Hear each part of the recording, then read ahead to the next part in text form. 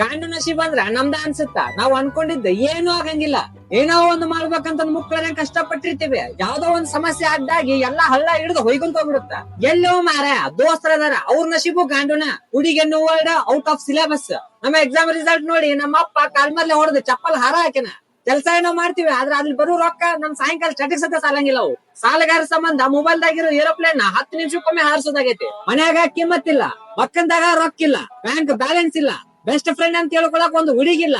Mobile ತಗೊಂಡಿವಿ ಅದು EMI ಮೇಲೆ, bike ತಗೊಂಡ್ವಿ ಅದು EMI ಮೇಲೆ. ನಮ್ ಹರಿದಿರೋ ಹಂಡ್ರೂವರೆಗೆ ಎಷ್ಟು ತೂತದ ಅನಿಸುತ್ತೆ ಗೊತ್ತಿಲ್ಲ, ಅಷ್ಟು ಕನ್ಫ್ಯೂಸ್ ಆಗೈತೆ ನಮ್ ಜೀವನ.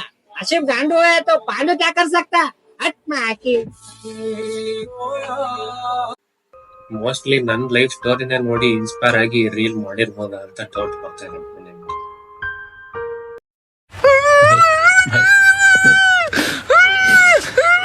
नहीं भाई